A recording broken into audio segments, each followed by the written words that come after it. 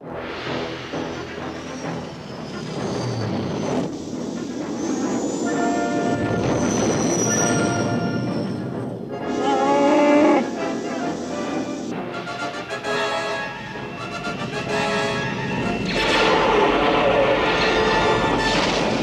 it, I'm turning back.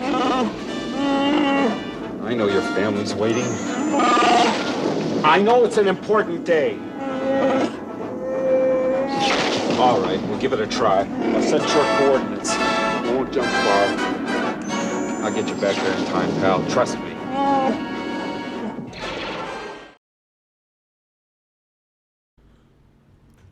A long time ago in a galaxy far, far away.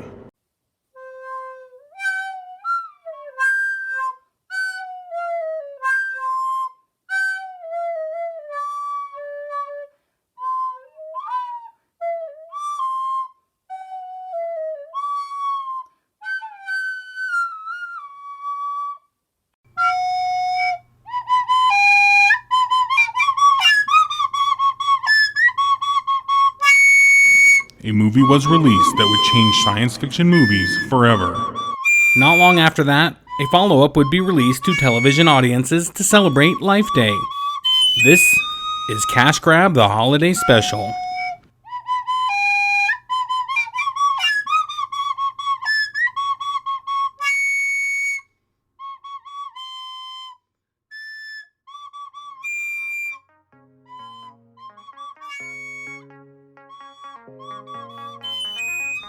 Afternoon, everybody, and thank you for watching Retro Renaissance. Often referred to as a punchline in the Star Wars universe, the holiday special holds a place in the canon of the universe. So what really happened? Today, let's remember the Star Wars Holiday Special. The Star Wars Holiday Special was televised on CBS on November 17th, 1978. So while technically not from the 1980s, we know it and love it, and it has that 80s vibe. The timeline of the show takes place between Episode 4, A New Hope, and The Empire Strikes Back, Episode 5 in 1980. It stars the main cast of the original Star Wars films. Kind of. I mean, in a very minimal way, they are technically on the show. Star Wars, of course, came out in 1977, I believe. Huge international hit, one of the biggest hits of all time. Rockets you to superstardom. And then shortly afterwards, a Christmas special came out that was produced by George Lucas, in which all of the participants in Star Wars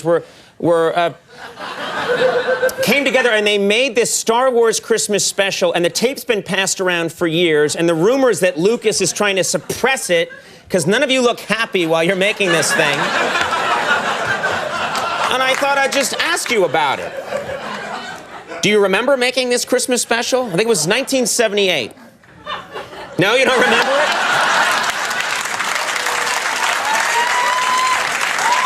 You have no memory of this incident?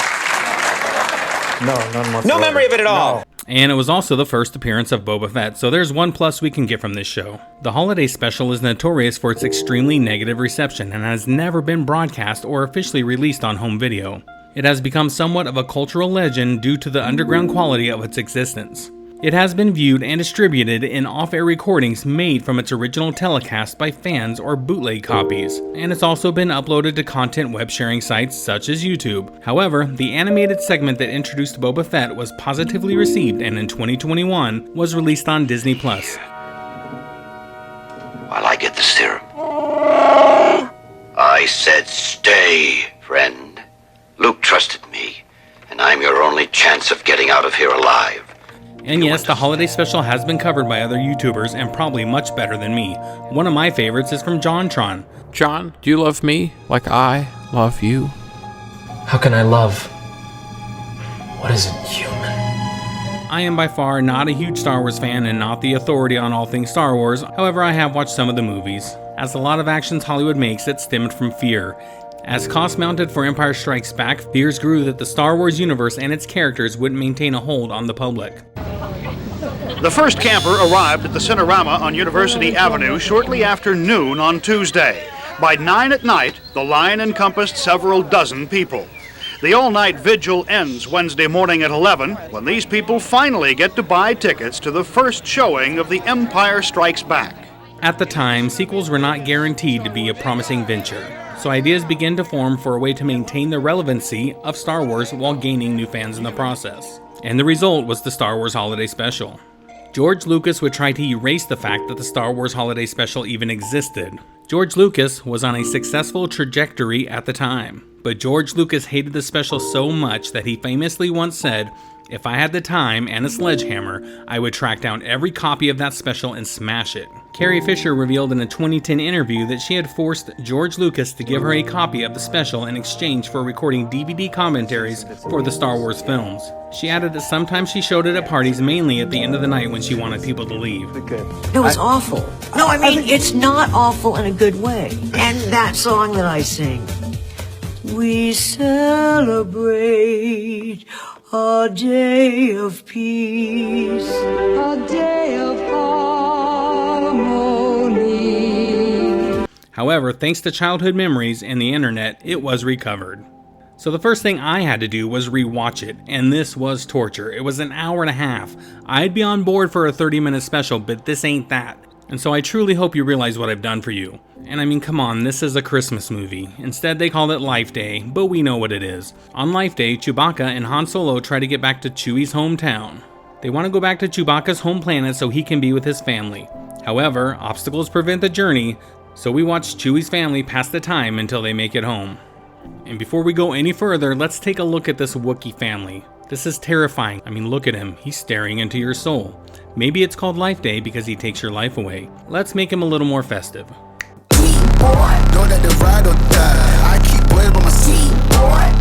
There, I feel better.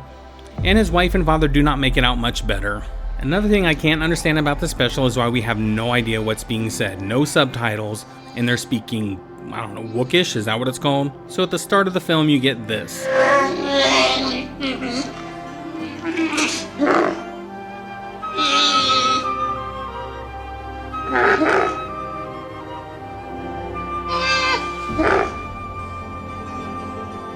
But then this happens.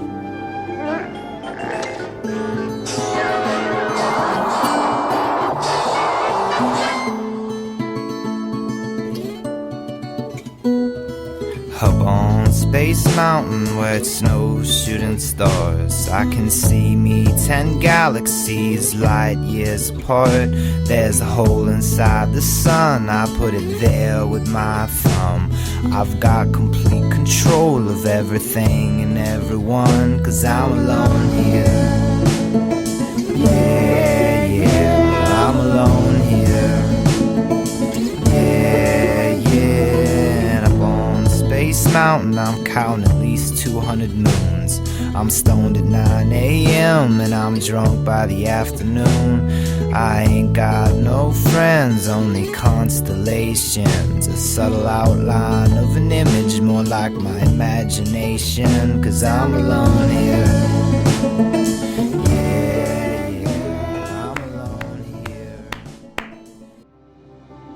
With George Lucas preoccupied developing Empire Strikes Back, CBS took the reins on this production of the Star Wars Holiday Special. The caveat would be the insistence that Lucas and the storyline centered on the Wookiees, namely Chewbacca's family. The film creator offered up a 6-page treatment for the special. Lead writer Bruce Vilanch, who later admitted to copious drug use during the screenwriting, objected to focusing entirely on the Wookiees without subtitles. Lucas was firm, and the storyline moved forward with that. But there was more money to be made in a big variety show because there was something so bizarre about the idea of doing Star Wars with variety. So he sold this to CBS, and unfortunately, the central characters in this story were the Wookiees. And the Wookiees look kind of like me, and they don't speak any discernible language. And that would be like, that's "Hi, honey, I'm home." So we had to have people with them at all times to translate what they were saying. And so we had like Art Carney as an intergalactic traveling salesman trying to sell Mrs. Chewbacca appliances. And it was all about he was establishing the plot. Hi, where's Chewie? Oh, really? He's in the Y-wing fighter. Oh, and the troopers are following him. Yes, we hope he gets home safely. And on a side note, it was finally confirmed that Mark Hamill's face looked a little different because he was in a car accident. Mark Hamill's makeup was needed to cover up injuries sustained from a car accident that occurred after filming A New Hope wrapped up. This is also why the early scenes of Empire Strikes Back have Hamill's face covered with snow, and why he's injured and put in the back of the Bacta tank in the Rebel base, as there were worries that the film might have to explain Luke's face changing if Hamill looked different once his injuries have healed. The cast would appear basically like they are in a giant Zoom meeting for the most part. She said,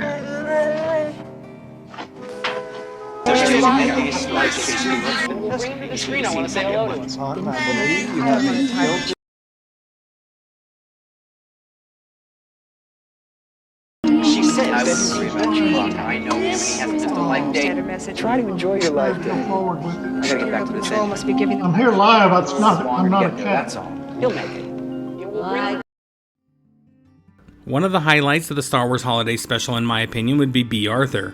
That's right, Bea Arthur from the Golden Girls is in the Holiday Special.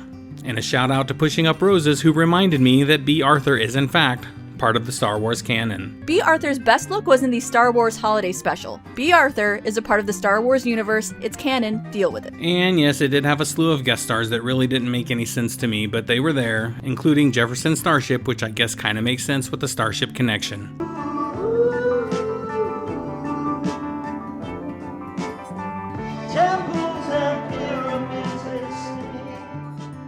And the best part was the animated story that did introduce Boba Fett. And it would include various scenes. One I want to focus on is where Doc from Fraggle Rock, not really, plays a shopkeeper for the Wookiees. Just the thing to keep you squeaky clean. I use one of these all the time.